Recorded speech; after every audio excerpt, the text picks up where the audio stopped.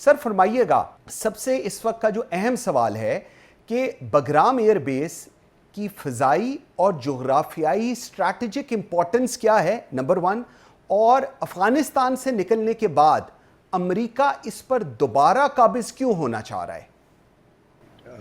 बिस्मिल्लाहिर्रहमानिर्रहीम। सबसे पहले तो मंसूर बहुत बहुत शुक्रिया कि आपने आज दोबारा अपने प्रोग्राम में इनवाइट किया। Sir thank you. बगराम जो है इज़ अ बेस जो कि क्या कहते हैं काबुल से तकरीबन 47 किलोमीटर्स नॉर्थ में है। ये बेस 1950s में रशियंस ने बनाया था जब अफगानिस्तान रूस का एक सैटेलाइट होता था। लेकिन 2001 में जब अमेरिका ने अलकायदा के खिलाफ एक अफगानिस्तान में जंग शुरू की तो उन्होंने बगराम एयरबेस को टेक ओवर किया और उन्होंने मेरा ख्याल सेंट्रल जो कमांड है उनकी उसका जो सबसे बड़ा और मजबूत बेस था वो बगराम को बनाया। ओके। बगराम जो है वो मैं इससे पहले कि मैं उसकी जियो लोकेशन की बात करूं मैं आपको बता दूंगा कितना बड़ा बेस है।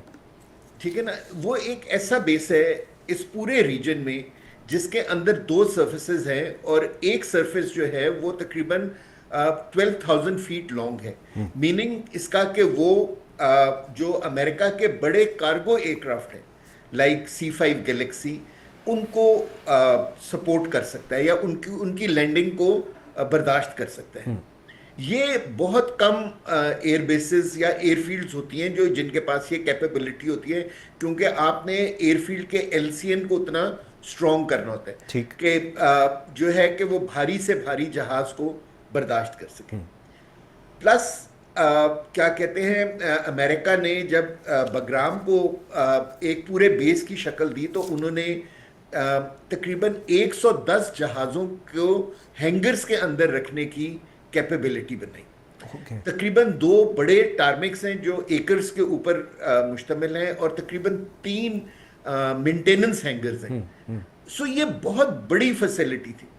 दूसरा ये कि उन्होंने अपने जितने ऑपरेशंस थे जो अफगानिस्तान में और अफगानिस्तान के इर्द गिर्द जो उन्होंने अलकायदा को कंट्रोल करने के लिए किए थे सेंट्रल कमांड ने, वो सारे के सारे प्राइमरीली बगराम एयरबेस से ऑपरेट होते थे। जिसका मतलब है कि बगराम में अमेरिका की लेटेस्ट जहाज थे हर किस्म के, attack helicopters, fighter aircraft, cargo aircraft, command and control aircraft, AEWCs, सारे जहाज जो थे वो इधर मौजूद थे और उनको सेफ रखने का एक बंदोबस्त था। ठीक।